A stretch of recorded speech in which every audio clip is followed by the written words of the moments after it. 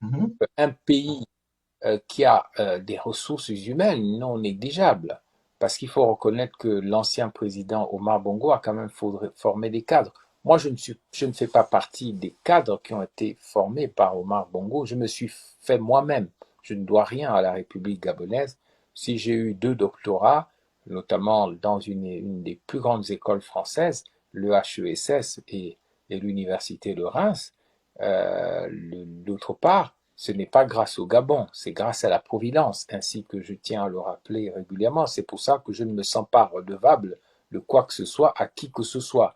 Donc, euh, comment se fait-il que des acteurs aussi éminents que Jean-Ping, Guizouba Dama et d'autres personnalités qui sont de très Y, grandes y personnalités, compris vous, y compris vous, y compris vous. moi je suis un moi, je suis un modeste personnage. Vous savez, je viens d'une famille modeste. Je suis un self-made man, quelqu'un qui s'est fait tout seul et qui ne doit rien à personne.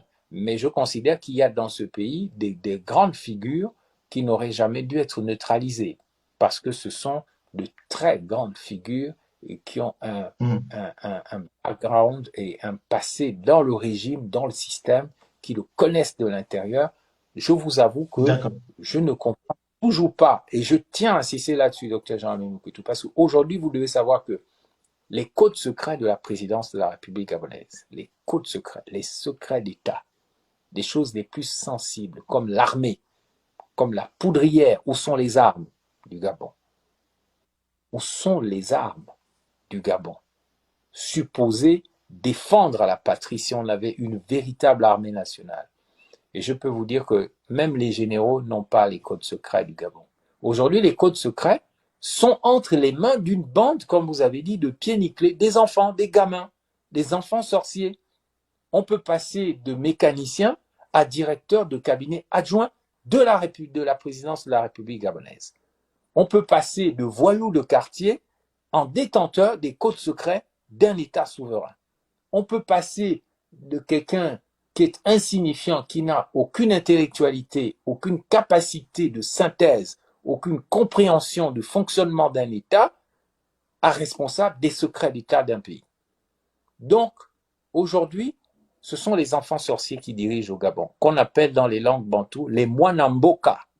C'est-à-dire que les Gabonais qui se vantent des termes dangereux comme les Mwanamboka, c'est-à-dire les enfants tueurs, les enfants qui tuent, Mwanamboka. Et même les Congolais connaissent ce mot. Les Gabonais qui se vantent de ce genre d'expression sont dans l'erreur. Nous sommes dirigés par des enfants tueurs. Et pourquoi? Et D'accord. permettez-moi d'insister là-dessus. Ça va répondre à votre question. Comment expliquer que des gens expérimentés soient neutralisés par des Mwanamboka, des enfants tueurs? C'est simple, docteur Muketu. Il n'y a plus ce qu'on appelle au Gabon des pères.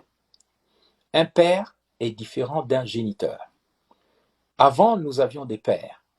Et les pères de la nation gabonaise étaient souvent nos grands-pères. Et les symboles de la paternité étaient d'une part la sagaie et d'autre part le bâton.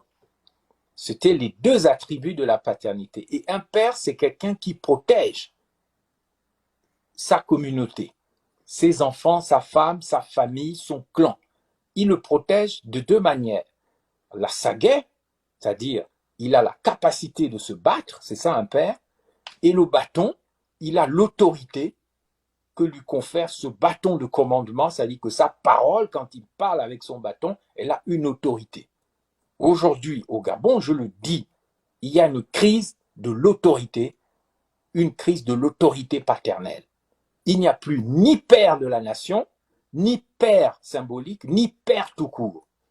Il n'y a que des enceinteur, si je puis m'exprimer ainsi, des géniteurs, des blagueurs, des danseurs, mais il n'y a plus des gens qui représentent l'autorité. Voilà pourquoi les Gabonais sont désormais des orphelins. Les gens se comportent comme des orphelins, des gens qui n'ont pas de père. Vous voyez un père de la nation aujourd'hui à la tête du Gabon? La réponse est non. Vous voyez dans le comportement des ministres aujourd'hui comme se comportaient les anciens ministres, c'est-à-dire des pères? La réponse est non. Vous voyez des instituteurs, vous voyez des professeurs qui sont des pères? Vous voyez des pasteurs, des prêtres, des imams qui ont des comportements de père? Non. Donc la restauration du Gabon passera aussi par la restauration de la paternité, c'est-à-dire la Bien. capacité à protéger et avoir une autorité sur la communauté pour guider des enfants qui se comportent désormais comme des orphelins, leur donner des repères et leur dire, nous devons aller par là, nous devons aller par-ci, parce que qu'est-ce qu'on voit au Gabon? C'est des comportements d'orphelins. Les gens ont des comportements d'adolescents. Ils n'ont aucune maturité. Ils se haïssent, ils se critiquent, ils se combattent de manière irrationnelle. Ils n'ont pas le sens des intérêts de la nation. Ils ont des ennemis imaginaires. Ils s'inventent comme des femmes des ennemis. Celui-là, je l'aime pas parce que sa tête ne me revient pas. Celui-là, il est comme si. On est dans ce qu'on appelle l'infantilisme D'accord. généralisé. Donc, Bien. la raison pour laquelle Merci. nous sommes dirigés par des enfants soldats, c'est parce que la nation gabonaise est tombée dans un infantilisme sans précédent. Et c'est pourquoi des enfants soldats ont pris le pouvoir. Il revient maintenant d'avoir un nouveau leader qui a le courage de reprendre le chasse-mouche et de les frapper, de les taper comme un père le faisait avant, les ramener à leur place, c'est-à-dire à la place des enfants, pas à la place des rois, pas à la place des grands, de leur dire, allez, déplacez-vous de là, monsieur le moine Mboka, l'enfant soldat, allez vous mettre au fond de la classe.